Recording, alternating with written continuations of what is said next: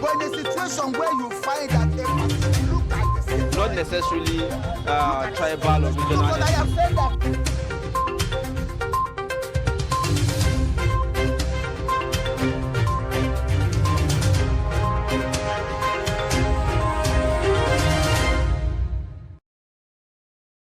Thank you for staying with us on Daybreak on Trust Television this morning.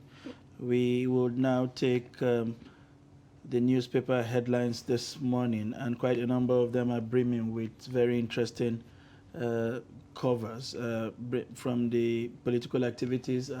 As you would know, we are fully in that season to different aspects of our national life. And we will start with the Daily Trust this morning. The Daily Trust has a different kind of report, even though it still continues to border on the current political activity as we get up to 2023. And so the major headline on this day newspaper this morning reads, Presidential Ambition, Wike, Fayemi, Tambuwal, 6 other governors squander millions on private jets. You will see the pictures of most of the governors who are the big spenders. You know, on an infograph right there, the number of states that were visited by these governors using these private jets, some of them as high as 19, the others as 16 and 12. And we understand that this private jet cost anywhere around $7,000 to $10,000 per hour. That's quite a sum. That's really huge. One is tempted. You know, this is why they would do everything to remain in governance, of course. So if you have to do a flight of a two-hour flight, for instance, in Nigeria, that would be like $20,000. You are not counting the time the plane had to wait for you. It's not like it will go and come back and then return when you are ready. This is really huge. Some very interesting stories coming there on the front page of the Daily Trust. And right beneath it, we have Kaduna government confirms Ansaru's presence to relocate 3 settlements. This is really disturbing, I must say. You know. There was an initial Daily Trust report, you know, indicating that these guys have taken root within the community.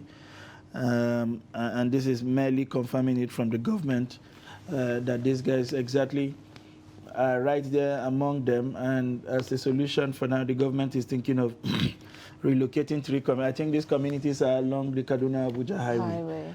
One would think that we will be looking at something that is more sustainable. I mean, if you relocate them there and the bandits go after them, it still doesn't make sense, except at some point we may have to relocate them completely out of Kaduna and maybe to neighboring states. That doesn't sound like a sustainable solution. And right beneath the name marks, we have Tinubu receives rousing welcome in Kano, meets delegates. It's been going around quite a number of northern truly, states. and it's been a very huge, great reception, I must say. Yes, indeed. Well, I'm sure some other persons went there not exactly for the welcome, but we understand that dollars and nairas are flying around. They are. And so everybody, well, this is my opinion. It appears everybody wants to catch their own share of whatever is available for the shares, you know. But notwithstanding, he's got quite a tremendous number of supporters, and this is evident in most of the places that he has visited. Buhari signs National Health Insurance Bill. This will be an amendment to the bill, I guess, and you'll find that story on page 4 of the Daily Trust. And still on the headlines, we have 53,000 Boko Haram terrorists have surrendered so far. That is according to the defense headquarters. You find that story also on page 4. Northern elders slam Ohaneze for demanding spokesperson's arrest. These elders fight more, it appears, than most of us, the youth. There's always a crossfire between these various ethnic nationality group, you know, whether it's Northern elders or the Afenifere, or the Ohanese in Jibo. That story you'll find on page 27. And 80 billion fraud. EFCC get court order to detain Accountant General. Wow, it appears he's in big trouble, I must say. Yes, he does have a long way to go. These are some of the stories on the front page of the Daily Trust, and of course, not forgetting the countdown that continued to run on the cover page. School children in captivity, Bethel Baptist High School, Kujama, now 320 days. It is approaching the 1-year anniversary. We hope that whilst we are looking for those that we adopted from the train, the Kaduna Abuja train, we would not forget the other people that had been in captivity for longer than and that period, and somehow we will find a way to close most of these kidnapping cases in Nigeria and move on to the real issues of development as they continue to hold us back as a country. You know, I mean, the story of the private jet is amazing, and the riders there read aircraft cost 5 million per hour. Rivers, Sokoto governors compete for trips, bumper harvest for private jet operators. Yeah, truly, I like that word, bumper harvest.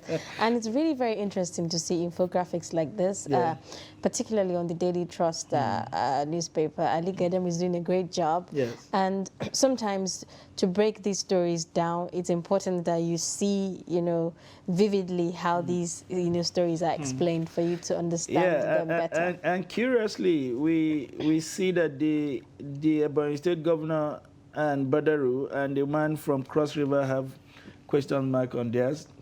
You see that they have not commenced the flying, or there are no airports in there. There are no airports in their state. When we read the details of that story, I'm sure you will understand that. Or maybe they go to neighboring states and hop on commercial flight. But even at that, it doesn't cost cheap. You know, the governor and the retinue of staffs that he has to travel with. That's really very huge. That's some amount. I think we have to find a way to separate this governor's ambition from the actual spending as a governor of a state. I mean, globetrotting on a private jet to advance your personal ambition cannot exactly be in the interest of your own state. Truly, Zainab. I mean, 5 million per trip and you have done 19, that's some big amount That's of money. huge. And I really hope INEC is monitoring election spending. You know, the elections have not even, campaigns have not even started yet, and we're seeing these monies, you know, hovering around everywhere. Well, let's take a look at some more stories this time on the News Direct. And the News Direct leads with the story about Oshun Guba 2022. I have no money to buy private jets or votes. This is coming from Oyetola. And then the riders there state assures of capacity to transform Oshun. You've justified people's mandate, and that's coming from the Oni. As APC flags up governorship re-election campaign in Ife. Well, as some are flying around in private jets, Governor Oyetola is saying he doesn't have money to buy private jets or even votes. Well, we're looking forward to see how that you know, transcends. You find other stories also on the Nigerian News Direct. Ban of commercial motorcycles. June 1st deadline won't stop enforcement. You'd find other stories as well on the Nigerian News Direct. CITN 24th Annual Tax Conference. Oshibajo drums support for FIR's digitization agenda. Well, we don't really have much on the Nigerian News Direct this morning. Yes. So let's take a look at some more stories. But interesting to see the Osun governor crying over not having private jets. We know Osun has been liquidating in debt for some time. Apparently, that is the reason why he doesn't have enough. I'm sure the moment the states can garner enough money, he would jump on the private jet. Everybody wants a good life, you know. So we move on to the Nation newspaper. The major headline there on the Nation newspaper read, pressure on APC governors over ticket for senators and reps. Intrigues threaten pacts in some states. Clearly, it appears that the APC governors will want to succeed those in the Senate. And it's not like the senators have the opportunity to take over from the governors. And that becomes some serious problem. And the governors seem to have a very big war chest to dislodge these senators. And it appears that is causing some serious rift within the party. And you would see the picture of the campaign rally of the All Progressive Congress, you know, and there with Senator Missouri right there. I think somewhere in Osun State, and you'll find the Oni of Ife also on that picture. And right above the name marks, we have Tinubu to Bauchi delegates. With you, I will win. It appears he left Kano for Bauchi yesterday. I mean, some traveling there by the former Lagos State governor. And then we have Salami Panel reports on Magu stalled 2 years after. Yeah, Magu true. has I've not really basically heard. retired. I've not really heard. You much wonder what those about reports him. will be, to what effect it will be, even if the reports are released now. Many Okada riders are criminals, CP alleges. Lagos step-up ban enforcement. IPOP to Kumui, no crusade. I think this is referring to their planned crusade in Aba. IPOP has sort of become a state within a state, deciding what happens or what not happens, what does not happen. They tell you not to come for crusade or not to come out of your house, or whether markets will open or not. Or not. You know, and all of those. And right beneath the belt there, you have Buhari in UAE. My achievement will give me re-election, says Oyetola. These are the major stories on the front page of the Nation newspaper. Oh, really very interesting stories, I must say. You know, when I saw the pronouncement by Lagos State government about the ban, of Okada riders, I was really worried, because of the nature of Lagos State and how this is in some way going to, create an outcry by Okada riders. And just yesterday, I think I saw news that there was a sort of violence, yes, there was, in that part of the country. On the Mile 2 Badagry Expressway, I understand. The road was cut short. As we read in the stories, they were trying to free some of their colleagues whose bike had been confiscated. The banning of bike in Lagos has been a running battle. They succeed in stopping them at some point, but they came back to the road during the COVID sit at home, when it became difficult for households to succeed. Everybody started daring everything, to come out and get something to at least sustain livelihood. And since then, it's been getting worse and worse until the last incident where a sound engineer was killed, and the government decided to seize the opportunity. But with our politicians, as the election draw closer, they will take their leg off the pedal. They reintegrate, they use them for elections and campaign, and when it's over, they come back with the band again. Really very interesting. I think the ban succeeded in Lagos, Plateau State and other smaller states within the country. But for Lagos, I think it's going to be a big project to do. There's going to be some battle. At any rate, it's the same politicians that buy this bike to reward these boys for advancing their political interests. And then shortly after you have gotten into office, the next thing is to pronounce a ban on the bike. Let's see how far they're able to go with this. June 1 is the deadline, but even before then, enforcement has begun. Let's see how both parties understand what the government is trying to do and find a way to resolve this amicably. Well, let's take a look at other stories on the Punch newspaper this morning. Presidential primaries, uncertainty over APC PDP delegates, lists as Buhari delays Electoral Act. And then the writers there say nobody has exact number of delegates for presidential primary. This is according to the Vaughan DG. APC begs INEC for extension. Oshibajo team denies hotel plan for delegates. Recall that we saw that news that I think in Niger State that they were giving free food and then hotel accommodations to delegates. You find other stories as well on the Punch this morning. We must re-strategize for Nigeria to change, says Oshibajo. And on page 3, Anambra gunmen shun Soludo's 60-day peace offer. Continual reign of terror. And on page 9 on the Punch, you'll see the story about planned resumption of train service insensitive, say abductees' families.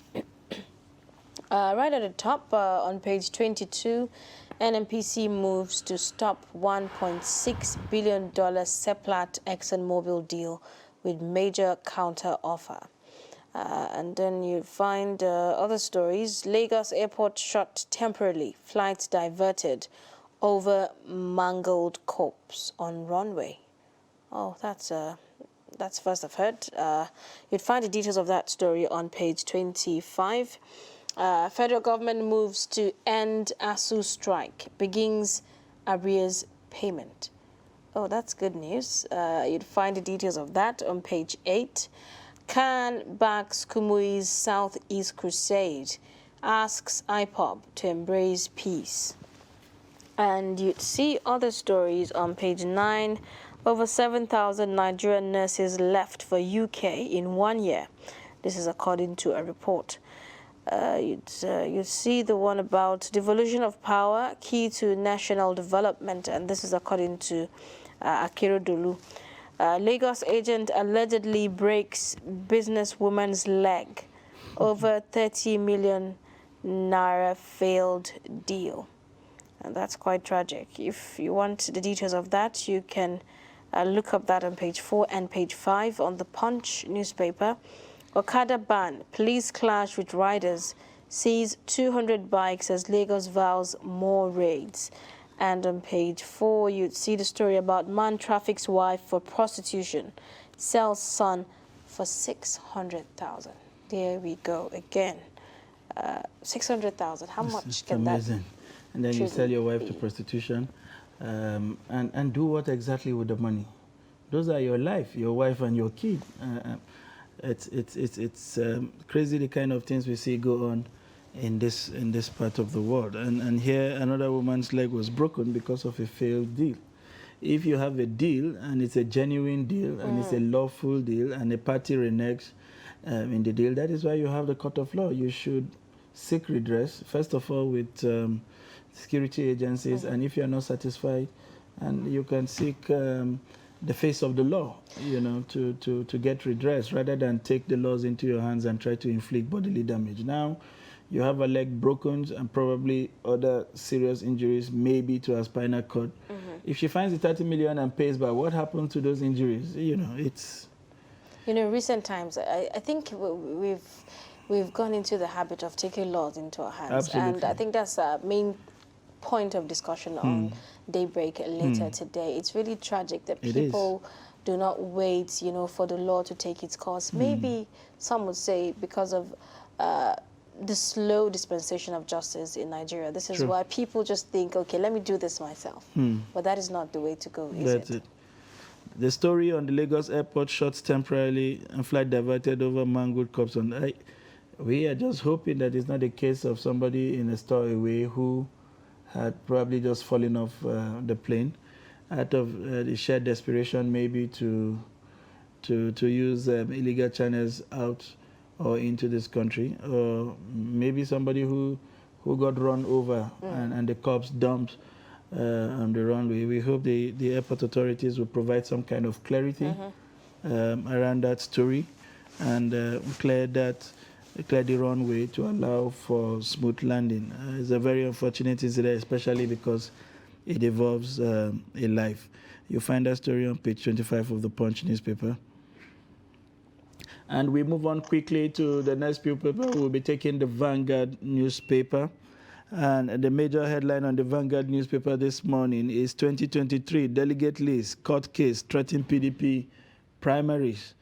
You have the Vanguard Award with all of the recipients and with the major headline, accolades as Vanguard awardees step forward today. And in various categories, you have pictures of the AFDB president, Adeshina, who was also rumored to have picked the APC presidential nomination form, as well as the group managing director of the NNPC, Mele Kyari, there on the cover, and several other distinguished Nigerians. We see here Dantata, Feba Balola, Ike Nwachukwu, quite a number of the pictures right there on the cover. And directly above the nameplate, we have the story, El-Rufai raises alarm over presence of Boko Haram ISWAP in Kaduna.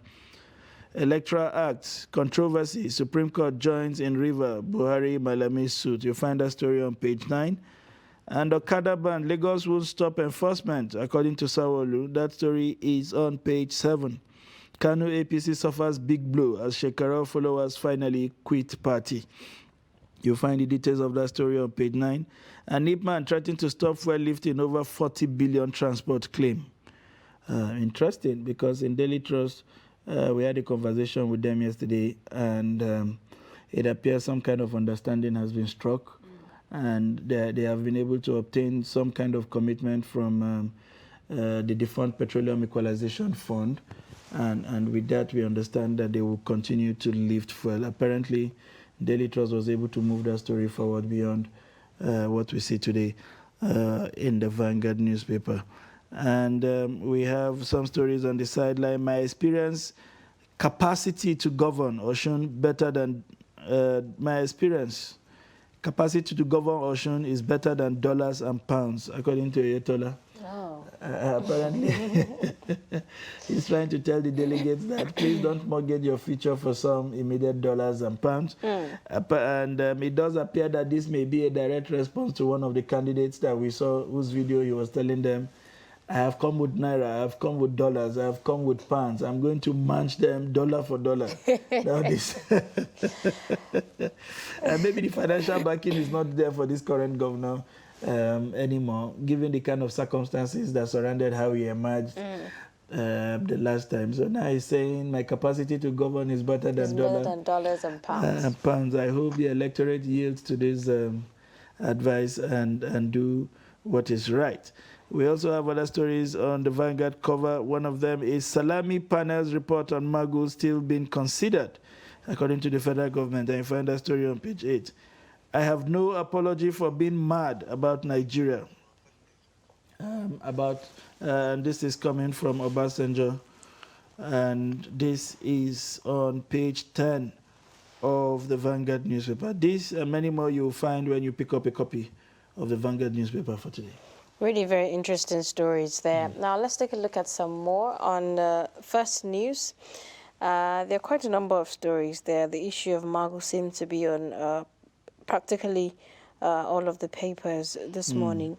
And you see promotion, Magu can still be prosecuted after retirement.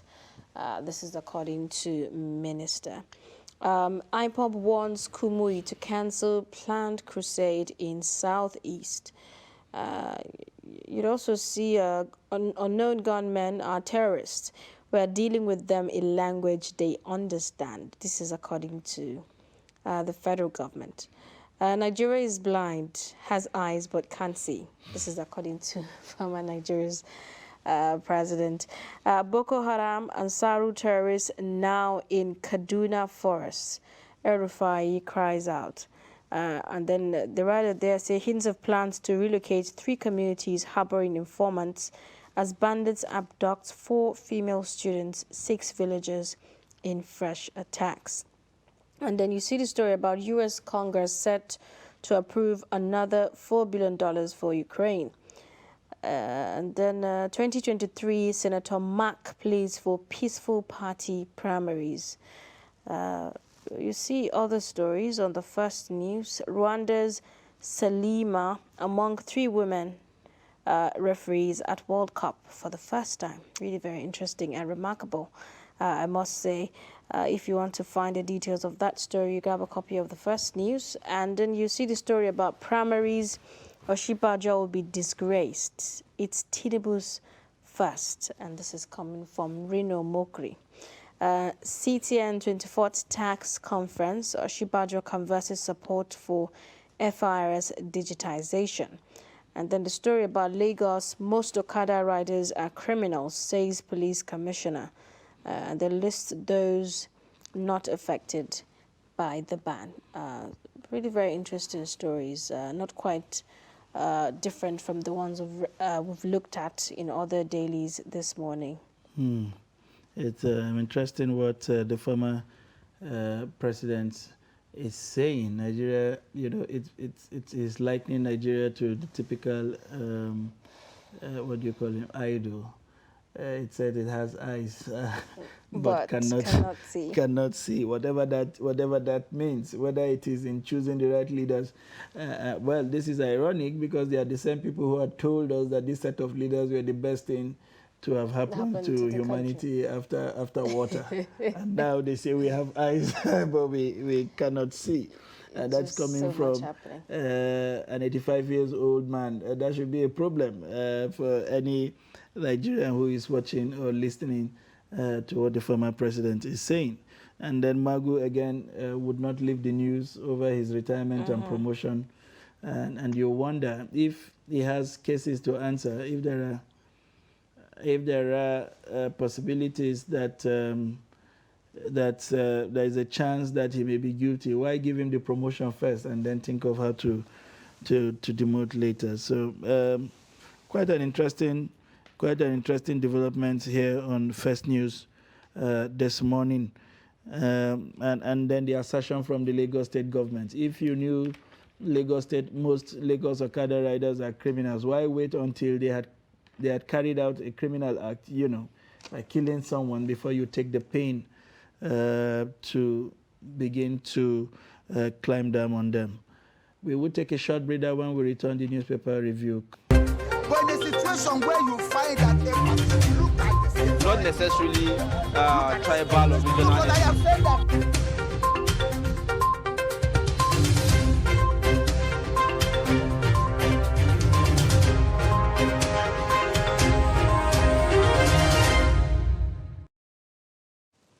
If you're just joining us, this is Daybreak on Trust Television. It's that moment in the program where we get perspective from our in-house analyst.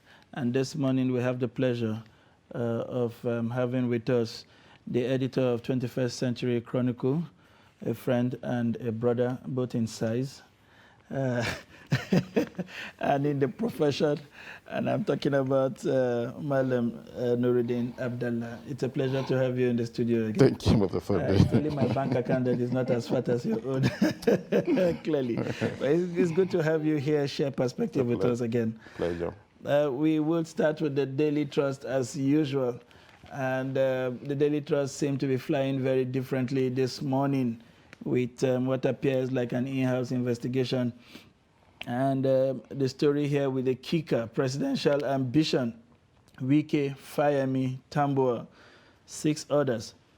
6 other governors squander millions on private jets. And with the riders, the aircraft costs 5 million per hour.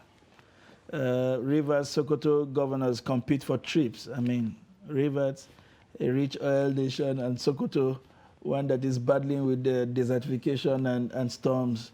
It's amazing. Bumper harvest for private jet operators. This is their season, if you like. Right. Number of states visited by governors. There you find in an infographics, the man from Rivers State has done about 19 of those trips, as well as Tambuwal. Clearly, they seem to be competing when it comes to that. And Senator Bala from Bauchi State, it's really chasing the park with about 12. And we have Fayemi. Maybe Fayemi is understandable because there is no airport in his town. He has to hop around on the chopper or the private jet, perhaps. He comes a close second with 16, and there are several other governors on the list. And other stories on the front page of these day newspapers. You have Tinubu receives rousing welcome in Kanu, meets delegate. You find that story on page 8. And Buhari signs National Health Insurance Bill. Details of that story you would find on page 4.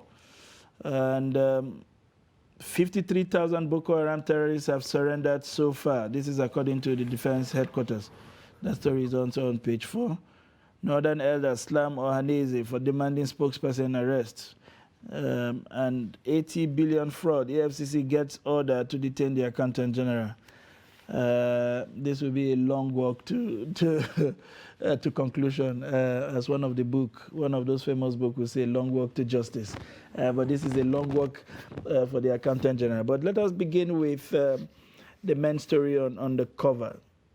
Look at the huge amount of money these governors are spending, junketing the entire country, trying to get delegates on their side. What's your perspective of this band? Okay, I think it's not a new trend per se, because these are, excuse me, governors who want to, who are aspiring to be president in the forthcoming elections. I'm saying this because with the spread of insecurity across every breadth and length of the country, almost all the 36 governors, minus some fewer exceptions, are now jetting around. That's a reality, a very stark reality. It contracts drastically with the cash crunch bedeviling the states. You can, let's say, pardons Wiki from Rivers, not even Ayade across the river, because the port is as poor as Yobe or Jigawa, because they have zero oil well. And so this equally questions our campaign funding. What is the Electoral Act saying of the Sunday? If you want to be president of Nigeria, what is the cap? Not of the 5 billion naira. You just mentioned 5 million naira per hour. These private jets are attached to these governors. It's on demand. It is not on hourly basis, no. Imagine, Asiwaju Bola Tinubu was in Kano yesterday. He didn't go alone. It can't be one private jet. So if you multiply, if you do a sort of a computation, then you'll find out the real figure. And it is not like maybe, it's not like you and me, maybe that, it's not Uber. Well, this is an Uber of some sort. You understand? So it's permanently attached to them. That is one. And secondly, let me remind you, just not some months ago, the president's son wedded in Kano. You wrote the story. There was no space for even private jets. We are scrambling for space. At the Malami, There are no hangers. Yeah, we understand some of them went to park in Katsina, some came down to Kaduna. You understand? You know, and they were coming in as like those limousines who chauffeur into major hotels for Oscars. So that's the reality. And you know, it shows you how unserious our system itself is, and how unserious we are, particularly in tackling issues. Like I say, mine is Wiki. How many of these states' governors that are now jetting on from one state to the other to be president, look at their IGR. They rely solely not on FAC now, but on bailouts. Commercial banks cannot even give them overdrafts because they are not creditworthy. But still, you imagine, where are they getting all this money to spend? And they tell us that they have gotten sufficient experience from running the states to now want to run the federation. And that is why the anti-graft agencies need to work. You are a governor. We know your entitlement. You are not Dangote before you become a governor. You are not Otedola before you become a governor. You are as rich as the state you govern. You understand? In other climes, even as when Trump was elected United States president, his fortune dropped because he was squarely facing governance. His business suffered. But in our own case, somebody will even borrow. People are borrowing to campaign. How much is in that craft where it lands in Katsina, Kano, Benue, and what have you? Talk about it. You can't go empty-handed. You don't talk to delegates. No. Empty-handed. No. Maybe you offer them hotel rooms and a good Free lunch feeding. and some Uber back to their houses. Isn't that sufficient for the delegates? So you understand these questions are... But that brings me to the question. What is the place of the state assemblies in checking these chief executives of states? Is it that the constitutional provisions are not there for them to stand up to their responsibility, or that they also enjoy the private jets? How do we check this kind of financial rascality? Alexander, don't forget, when you say state assembly, do they actually exist? Go to the streets and ask. What we know is the National Assembly. That's what everybody's talking about. They spend about 150 billion every year. That's it. There are 36 state assembly with a minimum of 20 members. Their salaries and emoluments are captured by in the revenue mobilization. Yep. I remember when I was here, we did a story. What are they doing? In the first place, the governor handpicks who is going to be there. In fact, in one of the states in the north, a friend lost out because he speaks too much English. The governor looked at him as a threat. They want villagers. They want people that are poorly educated. In Kaduna, we had a speaker of a state assembly that can barely write his name. When he resigned, when he wrote, we saw what he wrote. He couldn't even speak English.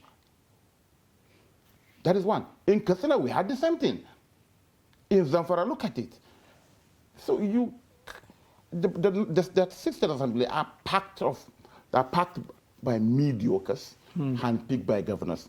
So that is why they have lost their morality in the first place to even take men. They don't even have the capacity. I remember in that story, almost 90% of the bills, what we did, I think we analyzed about an entire session, 4 years of the assembly, state by state, the bills they passed, the money they earned, 90% of the bills passed by these assemblies were executive bills. Almost less than 10% member bills. So that was it. Therefore, unfortunately, and our CSOs in particular, they have centralized the activities here in Abuja. Everybody's talking about the National Assembly, National Assembly, and National Assembly. We have forgotten that arm of government.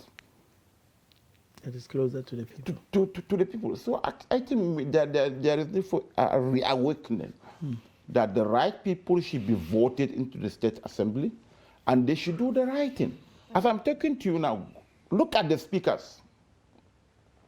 They don't know the difference between a motion and a bill. They don't know the difference between an executive bill and a private member bill. But that is also partly a citizen problem. Because it is one thing for the governor to desire people who do not know what they are going there to do. It's another for them to be voted in. A docile citizenry, apparently, may have brought us to where we are today, where we have representatives who can't even represent themselves, not to talk of even fighting for. Maybe just briefly, we know the national budget, right? If I ask you now, do you know how much is your state budget? You may know the figure. If I tell you, give me the breakdown. How much is capital? How much is recurrent? What is deficit? You may not know. Maybe because I don't live in my state. Difficult to answer. No, do you know why? Because even the NGOs are just looking at Abuja, National Assembly, National Assembly. And how many, can you tell me, what is I have the budget breakdown in the last 10 years, just on my phone. Do I have the budget breakdown of Kano State? Interesting. Yes, really even the states that are talking about transparency, I want to be like Kaduna, you can't get the breakdown. Well, we hope we'll move past that. Now, talking about Kaduna, we're seeing that Kaduna State government has confirmed Ansaru's presence in some, small communities, in Kaduna State, and they're planning to relocate three settlements. How feasible is that? I don't know. I think maybe the governor was being political. Yes, there are informants in some of these communities. But why do you have the informants? Because an arm of government, or particularly an arm of the security architecture, is not working, why can't you identify these informants, arrest them, prosecute them? That's what obtains in other parts of the country. They avert terror attacks. They don't allow it to happen. Because the security agencies are working, and at every 247, their tentacles were spread. But we only allow these things to happen, then we give reasons why they happen. That is what the presidency has been reduced into. They give reasons why these attacks happen, and they condemn. The same thing with the security agencies. It shouldn't be that. It shouldn't be, the issue shouldn't be tackled that way. Okay, how many communities will you relocate? Where are you relocating them? What is the probability that if you relocate, let's say, Regina to Kachia, that the informant terrorism will not move to that area? Solve the problem. These informants are humans. These terrorists are humans. Use the right technology. Use the right approach. And end it. Interesting. Okay, now, maybe let me add this. How much will it cost us in relocating Regina, Kateri, Gidambusa, Kurumenkari, and what have you? Where are we going to get the money? It's going to be quite a project, I Clearly, must say. And initially, I think before we started the newspaper review, you saw a report, about families of the victims of the abduction that happened along that highway. They are blaming, NRC for, that unfortunate incident, saying that they do not want train services to resume. Are they on the right track, or do you think there's a missing link somewhere? I understand the agony of the families. The government has failed them. That's a stark reality. But let's know who to hold into account. If there is a terror attack, for instance, a plane hijack, do you go into Boeing 77, Lufthansa, Emirates, and whatever? No. The security agencies take over. They give the every other minute briefing. Maybe they don't know the inner workings of the railway system. In Kaduna here, we have what they call the railway police. It's a poorly funded police. They have a DPO, that's it. There are about 14 or 16 coaches, less than 15 policemen.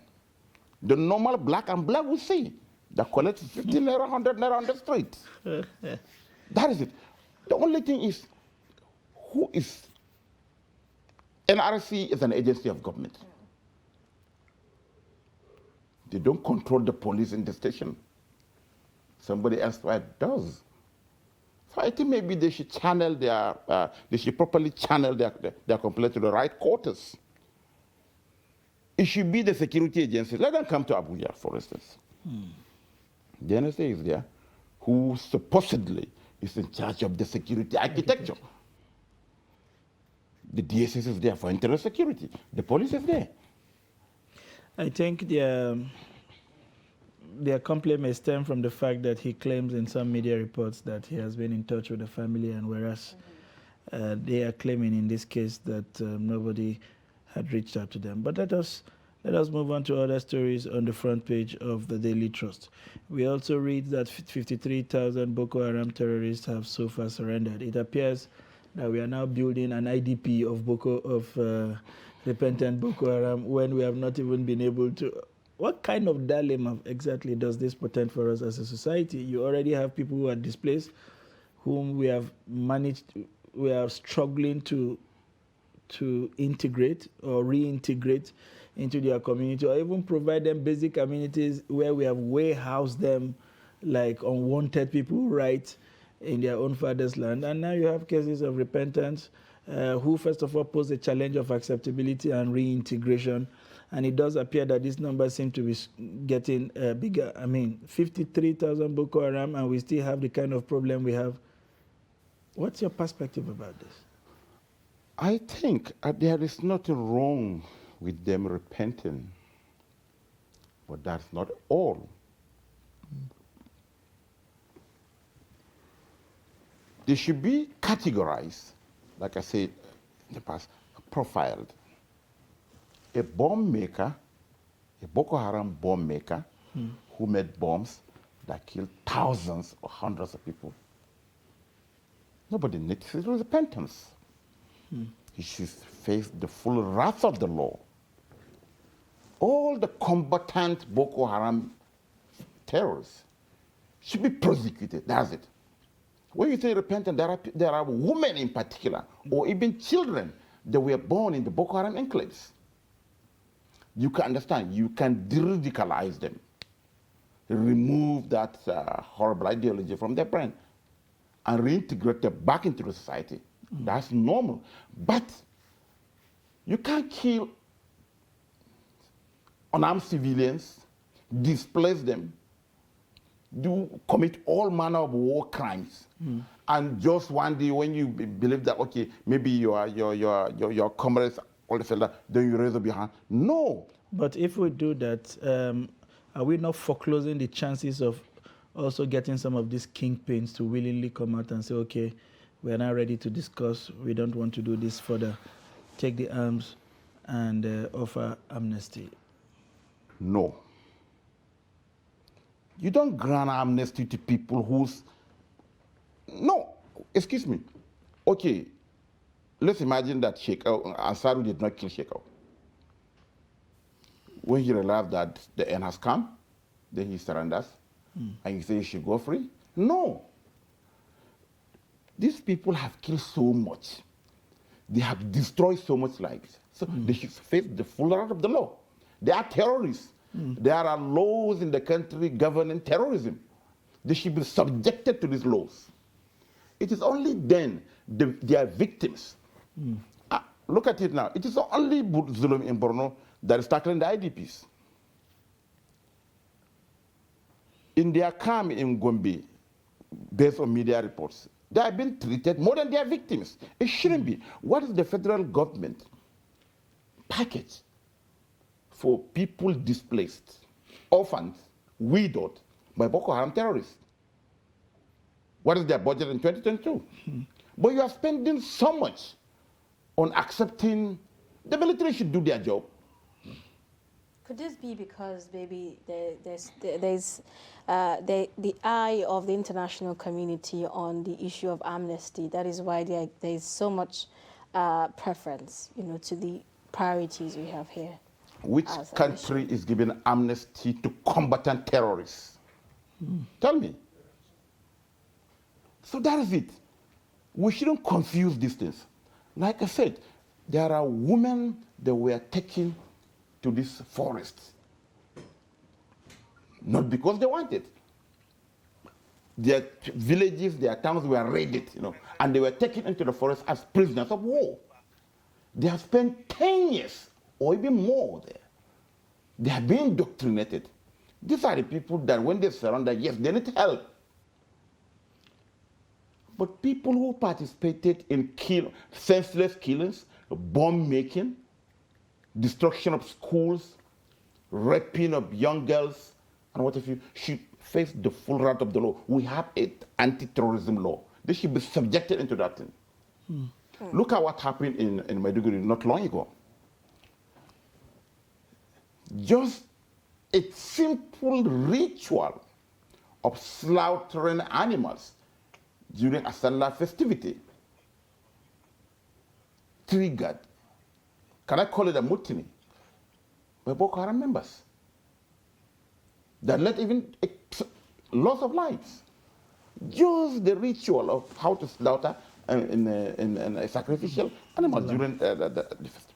So what that simply means is that is your de-radicalization working? It's not working. You are only concerned about numbers. You are dishing out numbers to show that you are winning the war.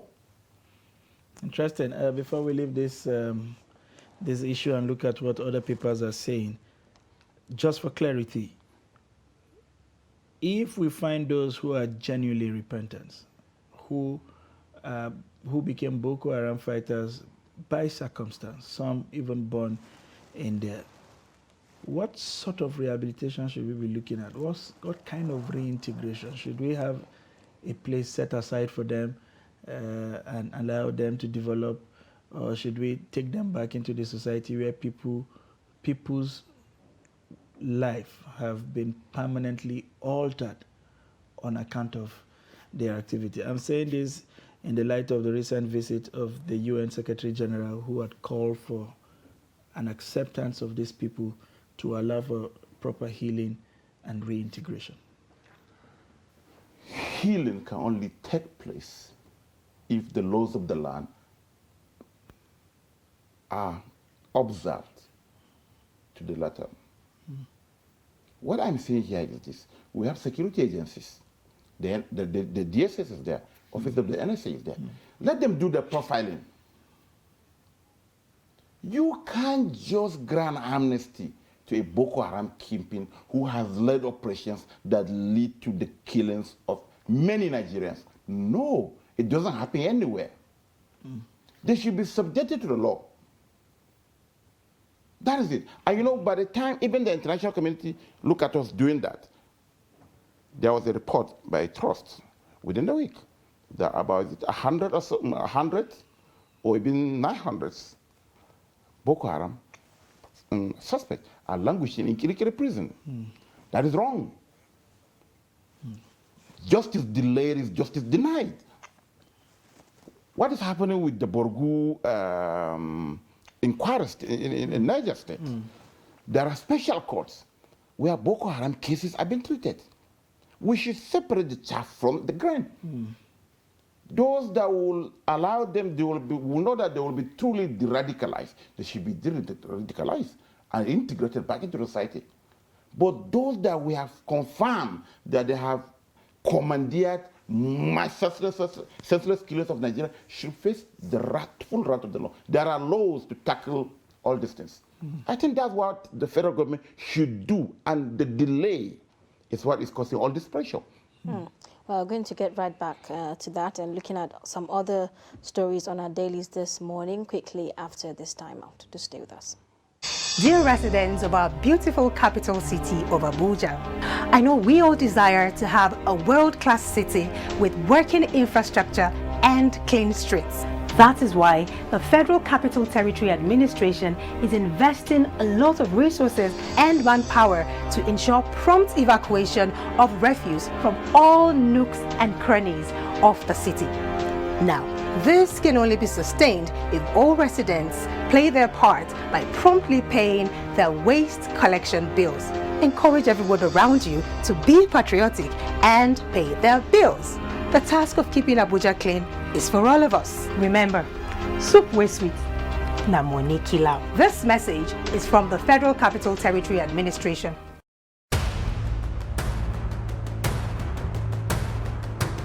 Welcome to Inside Abuja.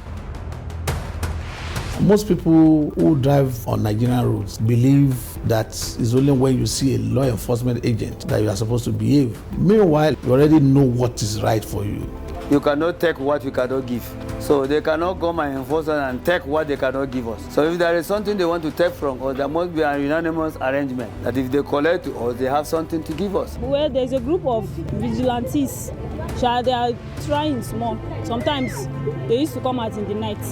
For Abuja Investments Company Limited owned markets, the market itself is insured.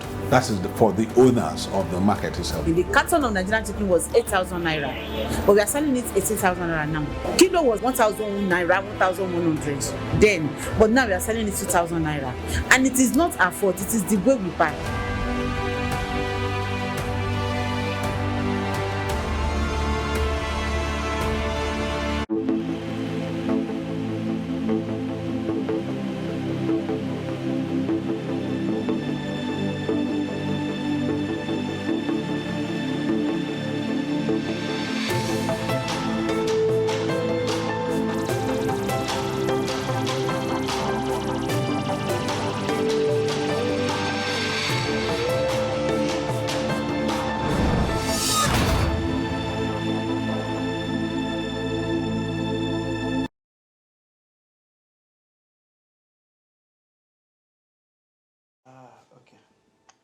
Welcome back. If you are just joining us, this is Trust TV Daybreak on Trust Television. Now let's take a look at some more papers this morning, talking about the Punch newspaper. And the lead story on the Punch newspaper reads: Presidential primaries, uncertainty over APC PDP delegates list as Buhari delays Electoral Act.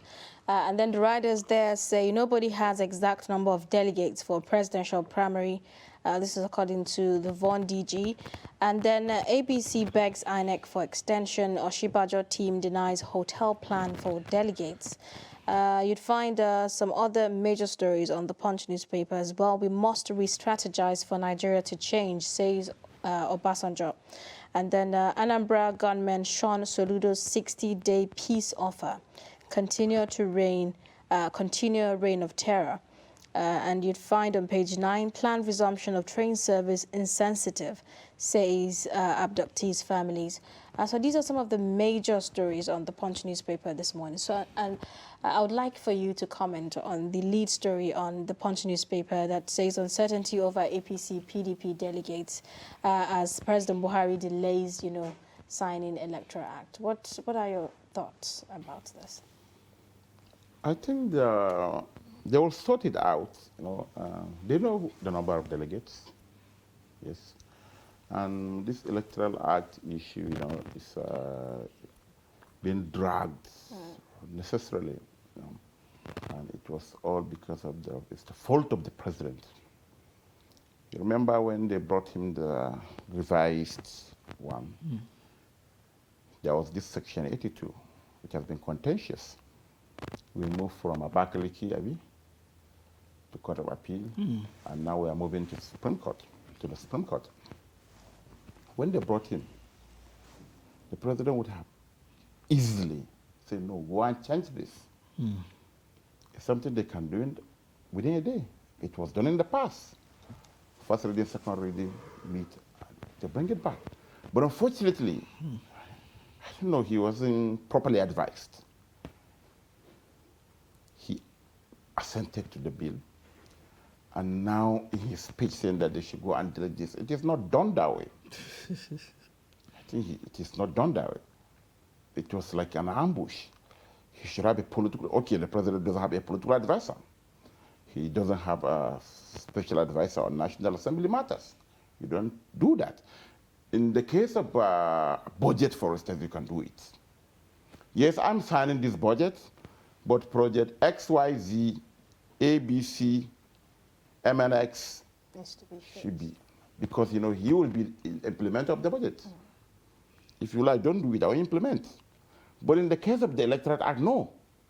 You should have simply go back, delete this, and bring it. They can do it within a day. And it will still be within the threshold.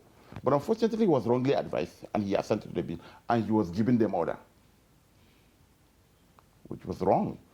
You understand? So it simply means that the people around the president were not properly advising him on his relationship with the legislature and what have you. About delegates, it's normal during major parties conventions.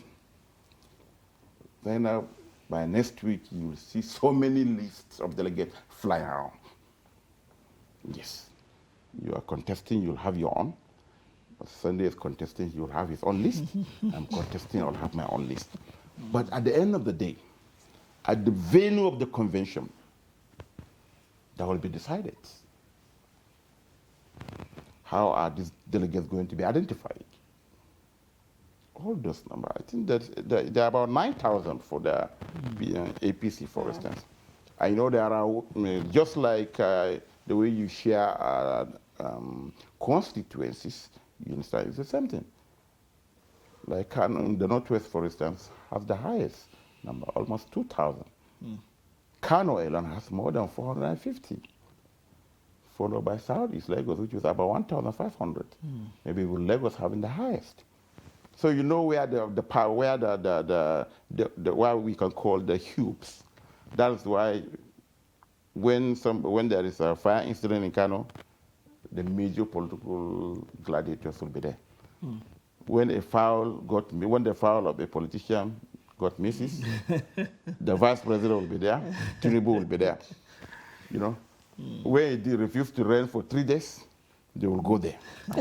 Simply because, you know, interesting analogy on how these places seem to have kept the politicians on their vigil. But we look at other stories on the cover of the Punch newspaper, and we have these two that have some attraction because of their human nature. Man traffics wife for prostitution, sells son for 600,000.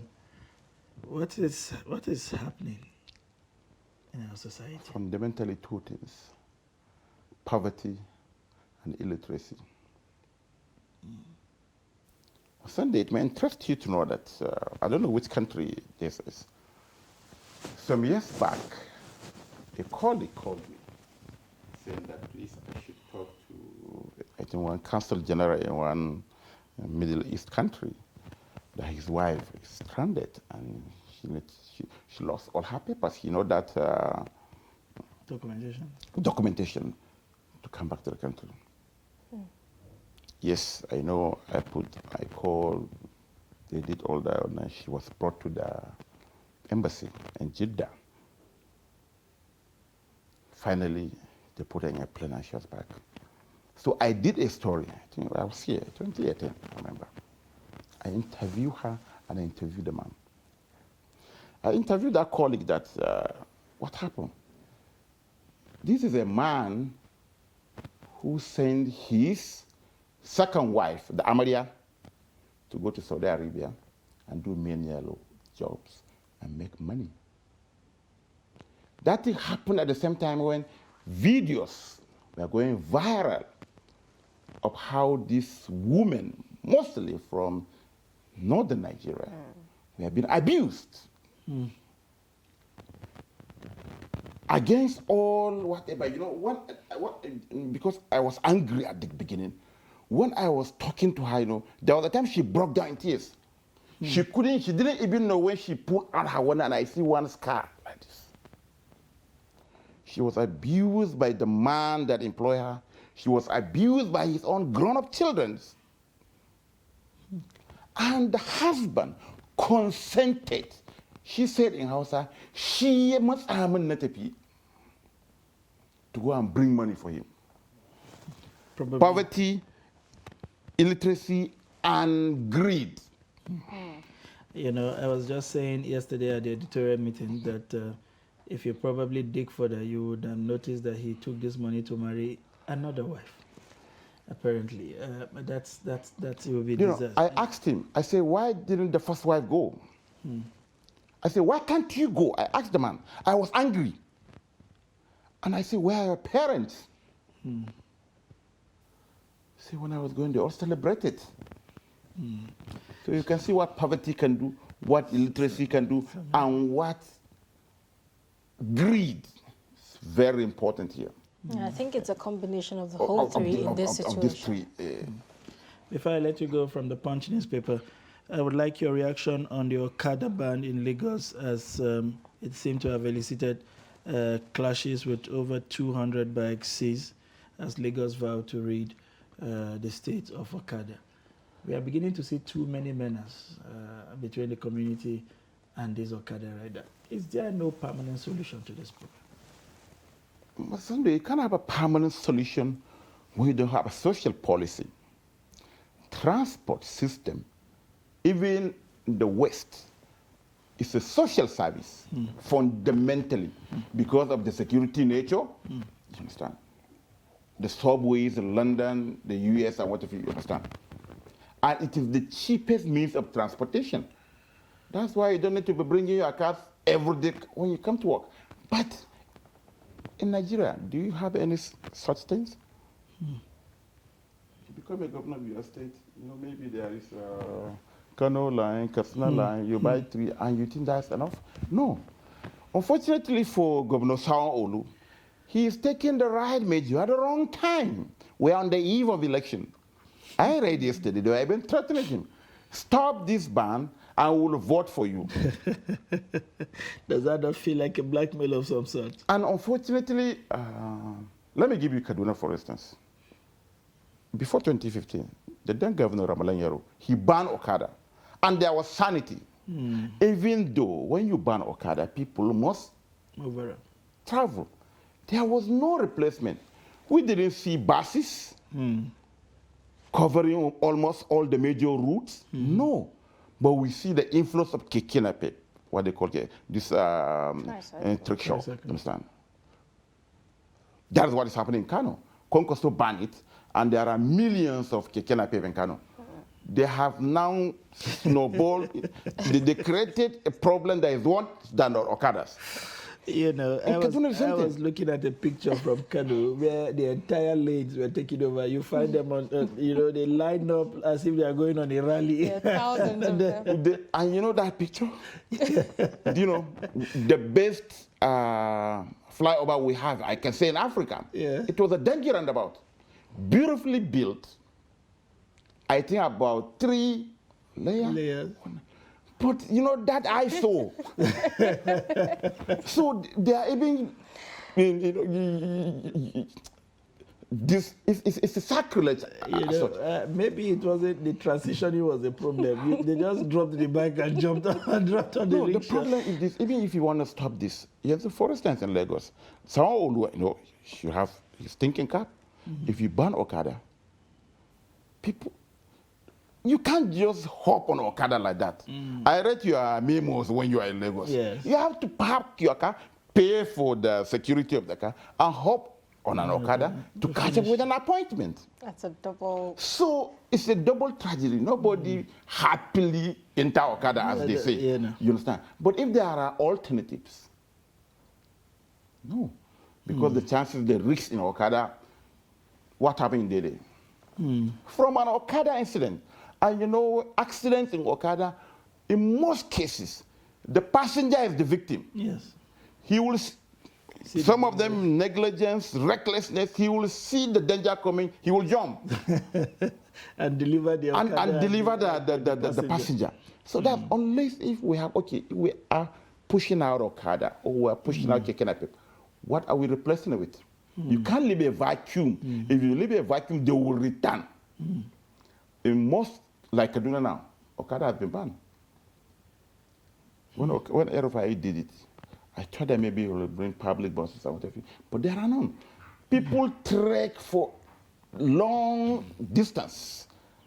So they have no option. The Okada is reckless. Even in your house, in your family, you know, you'll have a victim of Okada with a bruised face, with a dismembered, but you will still use it.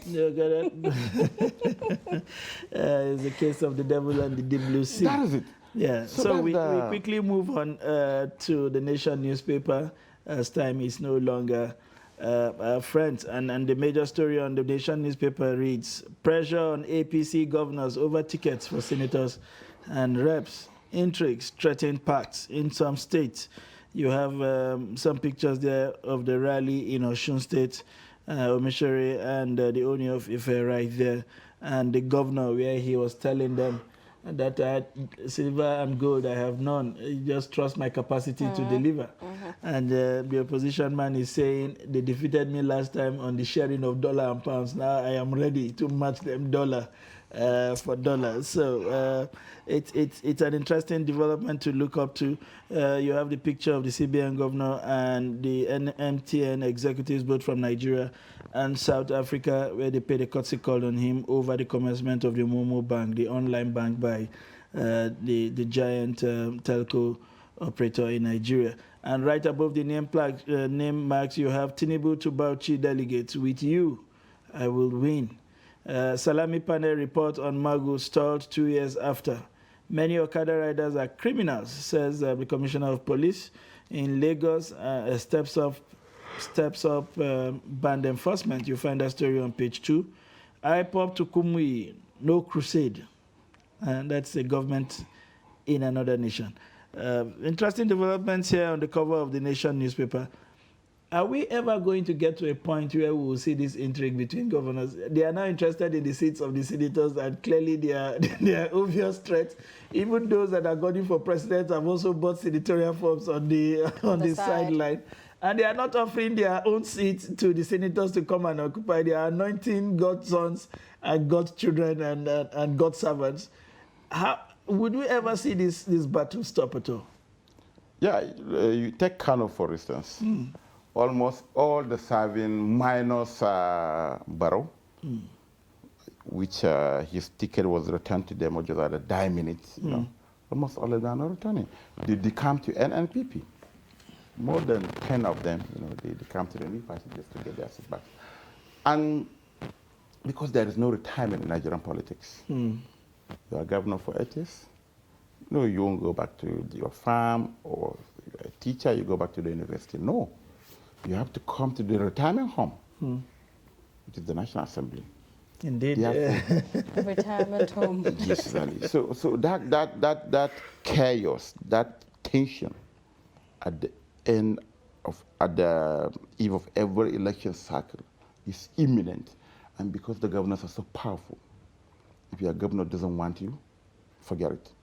It's about delegates. He will do the consensus and you'll be out. Maybe in fewer instances, maybe you're so powerful you can match him like my colleague, my namesake in Oshun said, with dollar to dollar, naira to naira, pound to pound, euro to euro. Only then, maybe you can go to a smaller party and still win.